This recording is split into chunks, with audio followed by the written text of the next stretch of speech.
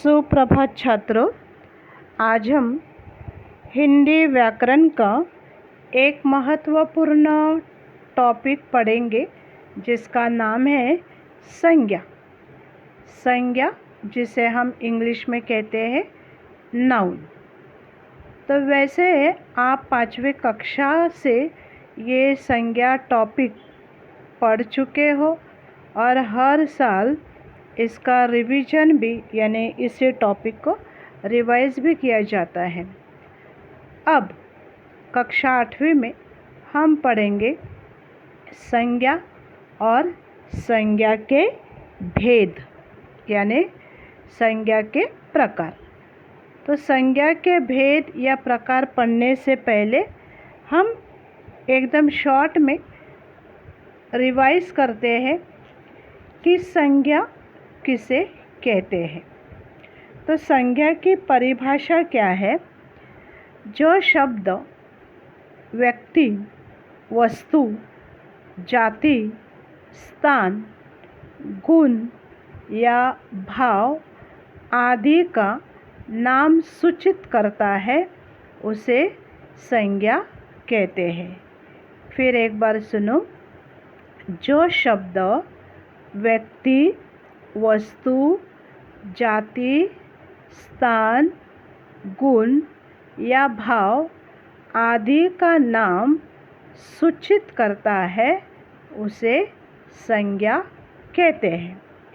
For example यानी उदाहरण 1, गंगा एक पवित्र नदी है। इसमें आपको दिखाई दे रहा होगा 2 शब्द अंडरलाइन किए हुए हैं, अधोरेखित किए हैं। एक है गंगा और एक है नदी। तो ये दोनों शब्द, गंगा एक नदी का नाम है या एक लड़की का भी नाम है और नदी उस जाति का नाम है, यानी ये दोनों भी नाम है। दूसरा एग्जाम्पल है ज्ञानेश्वर के पास एक पुस्तक है। तो अंडरलाइन शब्द है ज्ञानेश्वर एंड पुस्तक। तो ये ज्ञानेश्वर एंड पुस्तक ये दोनों संज्ञा है। अब हम देखते हैं संज्ञा के 5 भेद, 5 प्रकार। पहला है व्यक्तिवाचक संज्ञा, दूसरा जातिवाचक संज्ञा, तीसरा भाववाचक संज्ञा, चौथा द्रव्यवाचक संज्ञा और 5वां समूहवाचक संज्ञा। तो ये टोटल संज्ञा के 5 भेद है और इन 5 भेद को हमें अभी पढ़ना है। तो फिर एक बार सुनिए संज्ञा के 5 भेद। 1 व्यक्तिवाचक संज्ञा, 2 जातिवाचक संज्ञा, 3 भाववाचक संज्ञा, 4 द्रव्यवाचक संज्ञा और 5वां है समूहवाचक संज्ञा। अब हम इन 5 संज्ञा के भेद को एक एक करके विद एग्जाम्पल पढ़ते हैं। पहला है व्यक्तिवाचक संज्ञा। ओके, तो संज्ञा का पहला भेद है व्यक्तिवाचक संज्ञा यानी प्रॉपर नाउन। तो व्यक्तिवाचक संज्ञा किसे कहते हैं उसका हम पहला उदाहरण, पहला एग्जाम्पल देखते हैं। तो ध्यान दीजिए, पहला एग्जाम्पल है रामू की बहू ने तय कर लिया। अभी देखिए बच्चों, इस वाक्य में एक शब्द अंडरलाइन है। रामू ये जो शब्द है उसे अधोरेखित किया है, अंडरलाइन किया है, क्योंकि रामू ये एक व्यक्ति का, उसका पर्टिकुलर ऐसा नाम है, उस व्यक्ति या वो लड़का हो सकता है या वो एक आदमी हो सकता है, यानी वह एक व्यक्ति है और उस व्यक्ति का उसका अपना खुद का नाम है जिसे हम प्रॉपर नाउन कहते हैं। तो रामू ये एक व्यक्तिवाचक संज्ञा है, क्योंकि व्यक्तिवाचक संज्ञा यानी प्रॉपर नाउन कि किसी संज्ञा का विशेष यानी कोई वस्तु हो या व्यक्ति हो या जानवर हो यानी प्राणी हो या स्थान हो, उसका जो अपना एक नाम होता है उसे व्यक्तिवाचक नाम कहते हैं। तो यहाँ रामू एक लड़के का नाम है जिसे व्यक्तिवाचक संज्ञा कहते हैं। अब दूसरा एग्जाम्पल है, हमने हिंदी में बातचीत की है। तो आप जानते हो हिंदी यह एक भाषा का नाम है, एक लैंग्वेज यानी भाषा का नाम है, तो वो व्यक्तिवाचक यानी प्रॉपर नाउन है। तीसरा एग्जाम्पल है, विनायक बाबू कुर्सी पर बैठ गए। तो विनायक यह भी एक व्यक्ति का नाम है। और चौथा एग्जाम्पल है, हिरण का शरीर शिथिल पड़ गया। हिरण यह एक जानवर का नाम है, प्राणी का नाम है जिसे व्यक्तिवाचक संज्ञा कहते हैं। तो देखिए बच्चों, परिभाषा पढ़ते हैं। परिभाषा से आपको अच्छे से समझ में आएगा कि व्यक्तिवाचक संज्ञा या प्रॉपर नाउन किसे कहते हैं। तो जिस संज्ञा से किसी विशेष व्यक्ति, प्राणी, वस्तु, स्थान आदि के नाम का बोध होता है उसे व्यक्तिवाचक संज्ञा कहते हैं। अंडरस्टूड? अब दूसरा प्रकार है या दूसरा भेद है जातिवाचक संज्ञा, जिसे इंग्लिश में कहते हैं कॉमन नाउन। तो जातिवाचक संज्ञा के कुछ एग्जाम्पल्स, पहला है नौकर बाहर गया है। तो नौकर यह जो शब्द है जिसे अंडरलाइन किया है और वह ये शब्द यानी कॉमन नाउन है, जातिवाचक संज्ञा है। कैसे? तो देखिए बच्चों, यहाँ बताया है नौकर। तो नौकर कोई एक जेंट्स हो सकता है या कोई छोटा बच्चा हो सकता है, परंतु उस व्यक्ति का जो उसका जो विशेष नाम है, जो अभी अभी हमने देखा प्रॉपर नाउन, कि उस व्यक्ति का, उस नौकर का जो अपना खुद का नाम है वो नाम यहाँ बताया नहीं है। तो नौकर यह एक जाति है। तो उस जाति का बोध हमें यहाँ कराया है या जाति का नाम हमें यहाँ बताया है। उस नौकर का अपना जो एक पर्टिकुलर नाम है, विशेष नाम है, यह नाम यहाँ बताया नहीं है, इसीलिए नौकर ये जातिवाचक संज्ञा है। दूसरा एग्जाम्पल है, वहाँ एक अध्यापक बैठे हुए थे। अब अध्यापक यानी टीचर, शिक्षक।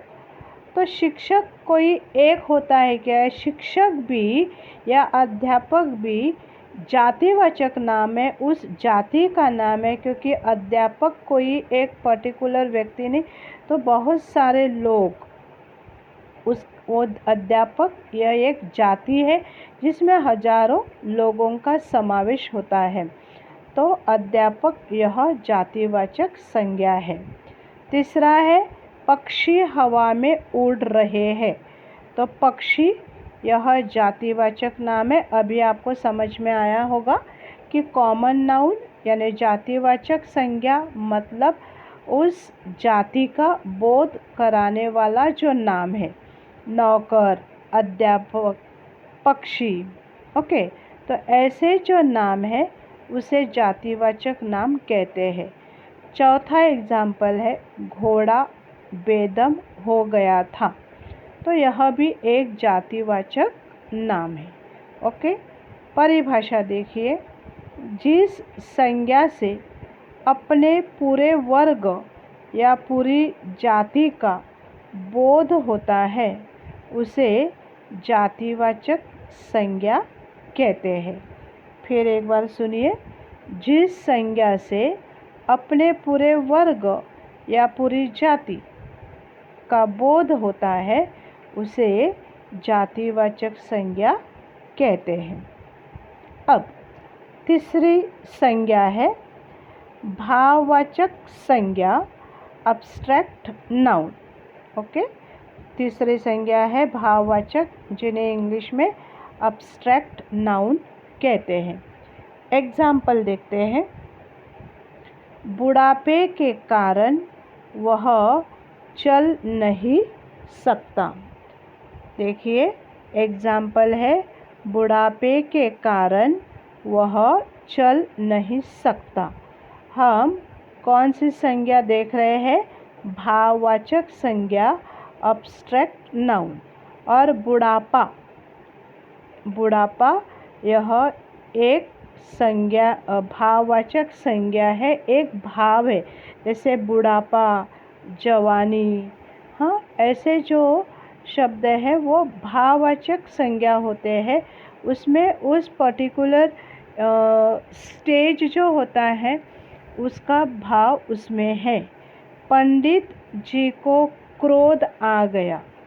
क्रोध यह एक भावना है, हमारे अंदर की एक फीलिंग है या एक भाव है, जिसे ऐसे शब्द को भाववाचक संज्ञा कहते हैं। जैसे क्रोध, प्यार, गुस्सा, नफरत, हाँ, ऐसे जो शब्द है वो भाववाचक संज्ञा होते हैं। तीसरा एग्जाम्पल है पद्मा ईमानदारी से काम करती है। तो ईमानदारी यह भी भाववाचक संज्ञा है। और चौथा एग्जाम्पल है तू अभिमान करना छोड़ दे। तो अभिमान ये भी भाववाचक संज्ञा है। तो देखिए, ध्यान में लेना है कि भाववाचक संज्ञा यानी अब्स्ट्रैक्ट नाउन किसे कहते हैं कि जिस संज्ञा द्वारा या जिस शब्द द्वारा हमें इंसान की जो भावना होती है, जो एक स्थिति होती है, उस स्थिति का या भाव का, उसके अंदर जो गुण होते हैं, उस गुणों का जब हमें जानकारी मिलती है या हमें पता चलता है ऐसे शब्द द्वारा, जिस शब्द को या जिस संज्ञा को भाववाचक संज्ञा कहते हैं। तो भाववाचक संज्ञा की परिभाषा यानी डेफिनेशन क्या है? जिस संज्ञा से किसी वस्तु या व्यक्ति के गुण, भाव या दशा का बोध होता है उसे भाववाचक संज्ञा कहते हैं। कि किसी वस्तु या किसी व्यक्ति का भाव यानी उसके अंदर की फीलिंग, उसका गुण और उसकी दशा यानी जो भी हालत या दशा है, उसका बोध हमें जिस शब्द द्वारा होता है, जिस संज्ञा द्वारा होता है, उसे भाववाचक संज्ञा कहते हैं। ओके, अब चौथा भेद है द्रव्यवाचक संज्ञा यानी मटेरियल नाउन। द्रव्यवाचक संज्ञा यानी मटेरियल नाउन।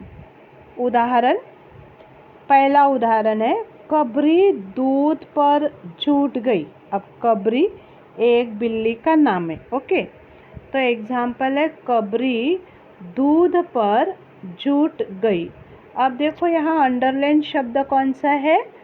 दूध, क्योंकि दूध यह एक द्रव्यवाचक संज्ञा है। आपको उस संज्ञा के नाम से ही पता चला होगा। द्रव्यवाचक संज्ञा यानी वो एक द्रव्य है, लिक्विड है। एक दूध यह एक लिक्विड है। अभी द्रव्यवाचक संज्ञा में बच्चों देखो, लिक्विड चीज़ों का भी समावेश होता है और जो सॉलिड रूप में होता है, लिक्विड या सॉलिड। जैसे दूध ये लिक्विड है, और दूसरा हम नाम लेंगे कि पत्थर, तो पत्थर यह एक सॉलिड है। या आप लोगे कि गोल्ड यानी सोना, तो सोना ये सॉलिड है और दूध यह लिक्विड है। लेकिन दोनों का समावेश द्रव्यवाचक, मतलब दोनों भी द्रव्यवाचक संज्ञा होते हैं। तो देखिए पहला एग्जाम्पल, कबरी दूध पर जुट गई। दूध यह द्रव्यवाचक संज्ञा है, मटेरियल नाउन है। दूसरा है, सोने से आभूषण बनते हैं। तो सोना, जस्ट नाउ मैंने बताया कि सोना एक सॉलिड रूप में है, लेकिन वो भी एक द्रव्य है, वो भी एक मटेरियल है। तो सोना ये द्रव्यवाचक संज्ञा है। तीसरा एग्जाम्पल है, राजकुमार ने थोड़ा सा पानी पिया। तो इसमें द्रव्यवाचक संज्ञा कौन सी है? पानी। चौथा एग्जाम्पल है, उसे एक कागज पड़ा हुआ मिला। तो कागज यह द्रव्यवाचक संज्ञा है। तो बच्चों ध्यान में लीजिए कि द्रव्यवाचक संज्ञा किसे कहते हैं? तो ऐसे वस्तु या चीज़ों का नाम जो लिक्विड फॉर्म में होते हैं और सॉलिड फॉर्म में होते हैं, जैसे दूध, सोना, पानी, कागज, पत्थर, पीतल, लोहा, मिट्टी। तो ये सारे वस्तु के जो नाम है, भले वो लिक्विड में हो या सॉलिड में हो, ऐसे वस्तुओं को, मतलब वस्तु के जो नाम होते हैं उसे द्रव्यवाचक संज्ञा कहते हैं। परिभाषा देखते हैं। जिस संज्ञा से अनाज, तरल पदार्थ यानी लिक्विड, धातु यानी सॉलिड रूप में, वस्तु आदि का बोध होता है, उसे द्रव्यवाचक संज्ञा कहते हैं। फिर एक बार सुनिए, जिस संज्ञा से अनाज, तरल पदार्थ, धातु, वस्तु आदि का बोध होता है, उसे द्रव्यवाचक संज्ञा कहते हैं। ओके। अब पांचवा भेद है, पांचवा प्रकार है समूहवाचक संज्ञा, कलेक्टिव नाउन। समूहवाचक संज्ञा यानी कलेक्टिव नाउन। तो पहला उदाहरण है, डाक घर में बड़ी भीड़ थी। अब देखिए बच्चों, यहाँ भीड़ इस शब्द को अंडरलाइन किया है, क्योंकि भीड़ किसकी हो सकती है? भीड़ का मतलब है कि जहाँ दो से ज़्यादा लोग एक साथ खड़े होते हैं, उसे हम कहते हैं कि भीड़ है वहाँ। यानी बहुत सारे लोग जहाँ एक साथ खड़े होते हैं, ऐसे जगह हम कहते हैं कि उस जगह भीड़ है। यानी एक जगह बहुत सारे लोग खड़े हैं, तो वो एक समूह है, एक लोगों का ग्रुप, लोगों का एक समूह है कि जहाँ बहुत सारे लोग इकट्ठे खड़े हैं, इकट्ठे होकर खड़े हैं, तो उसे कहते हैं समूहवाचक संज्ञा। यानी भीड़ ये समूहवाचक संज्ञा है। दूसरा है, वह एक फौज में दाखिल हुआ। अभी फौज यानी आर्मी, कि जहाँ बहुत सारे सैनिक यानी लोग एक साथ रहते हैं, एक साथ लड़ते हैं, उसे कहते हैं फौज। अभी किसी एक व्यक्ति के, एक सैनिक को हम फौज नहीं बोल सकते हैं, उसे फौजी कहते हैं। लेकिन बहुत सारे सैनिक एक ग्रुप में होते हैं, उसे हम कहते हैं फौज। ओके, तो फौज ये समूहवाचक संज्ञा है, कलेक्टिव नाउन है। तीसरा है एक सप्ताह बीत गया। सप्ताह का मतलब है एक वीक। तो एक वीक में कितने दिन होते हैं? तो ये जो 7 दिनों का जो एक समूह है जिसे हम सप्ताह कहते हैं, और ऐसे ही सप्ताह जैसे वर्ड को समूहवाचक संज्ञा कहते हैं। मैंने अपने परिवार को श्रीनगर भेज दिया। अभी परिवार, किसी एक व्यक्ति से परिवार बनता है क्या? नहीं। परिवार में 2 से ज़्यादा लोग होते हैं, जहाँ ऐसे बहुत सारे लोग होते हैं, इकट्ठा होते हैं, एक ही जगह एक घर में रहते हैं, उसे परिवार कहते हैं। ओके, तो ये भीड़, फौज, सप्ताह, परिवार ये सारे समूहवाचक संज्ञा है। अंडरस्टूड? तो समूहवाचक संज्ञा यानी कलेक्टिव नाउन किसे कहते हैं? परिभाषा को सुन लीजिए। जिस संज्ञा शब्द से एक ही जाति के प्राणियों या वस्तुओं के समूह का बोध होता है, उसे समूहवाचक संज्ञा कहते हैं। फिर एक बार सुनिए कि जिस संज्ञा शब्द से एक ही जाति के प्राणियों या वस्तुओं के समूह का बोध होता है, उसे समूहवाचक संज्ञा कहते हैं। ओके, तो देखिए संज्ञा के 5 भेद हैं, जो पांचों भेद हम पढ़ चुके हैं। पहला है व्यक्तिवाचक संज्ञा, दूसरा जातिवाचक, तीसरा भाववाचक संज्ञा, चौथा द्रव्यवाचक और पांचवा है समूहवाचक संज्ञा। ऐसे संज्ञा के टोटल 5 प्रकार या 5 भेद हैं। ओके बच्चों, तो इस पांचों भेद के कुछ एग्जाम्पल्स मैं आपको इस वीडियो के साथ एक फ़ोटो द्वारा दे रही हूँ।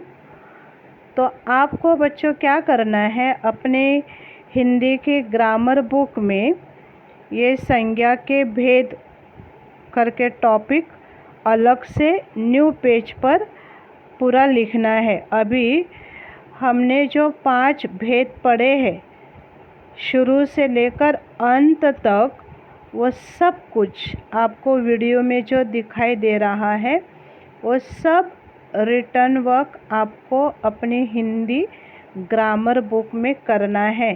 मैंने जब हिंदी का ग्रामर टॉपिक पहला पढ़ाया विराम चिन्ह, तभी आपको बताया है कि एक हिंदी ग्रामर बुक के 2 पार्ट बनाने हैं। पहले पार्ट में आपको निबंध लिखना है और दूसरे पार्ट में आपको ग्रामर लिखना है। तो एक ग्रामर का टॉपिक ऑलरेडी हम लिख चुके हैं। अभी आज का ये जो संज्ञा भेद का दूसरा टॉपिक है, तो इंडेक्स में टॉपिक का नाम लिखना है, आज की डेट लिखनी है और न्यू पेज पर ये पूरा ग्रामर जो शुरू से लेकर मतलब टोटल 5 भेद अच्छे राइटिंग में लिखना है। और उसके बाद जो फ़ोटो में एग्जाम्पल्स दिए गए हैं उसे लिखना है सुंदर हस्ताक्षर में। Thank you.